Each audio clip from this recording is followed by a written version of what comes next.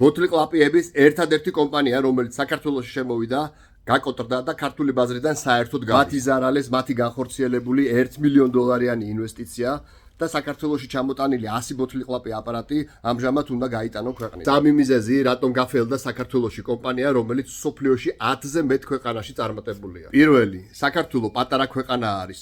მასში წარმოებების რაოდენობა არის ძალიან მცირე. შესაბამისად, ბოთლების გადამამუშავებელი კომპანიები პრაქტიკულად არ არის და ბოთლის ფასი არის მიზერული. მაგალითად, 100 კილოგრამი ბოთლის ფასი არის 25 ლარი, რაც ერთ ბოთლზე 1 თეთრზე ნაკლებს ნიშნავს. ეს კი არ იყო საკმარისი შეგროვების ხარჯების დასაფარადაც კი.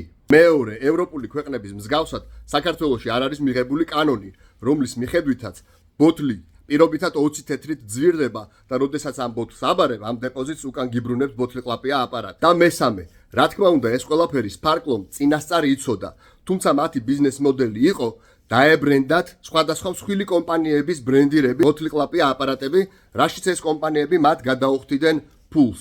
თუმცა არც ერთი მსხვილი კომპანია არ დაინტერესდა ამ საჭირბოროტო პროექტით.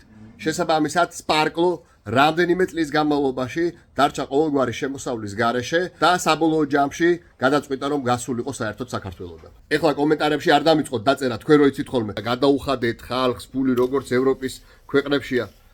გასაგები მიზეზების გამო რაც ზემოთ ახსენი ეს შეუძლებელია. თუ ვერ გაიგეთ უბრალოდ გეტყვით სანამ სახელმწიფო არ მიიღებს კანონს შესაბამის ვერავინ ვერაფერს აგინაზღაურებთ. და მანამდე თუ რომელიმე კომპანია ხელს მოკიდებს აი ამ ურთულეს საქმეს ხელი უნდა შეუწყოთ მაქსიმალურად რომ ისინიც არ დაიკეტონ.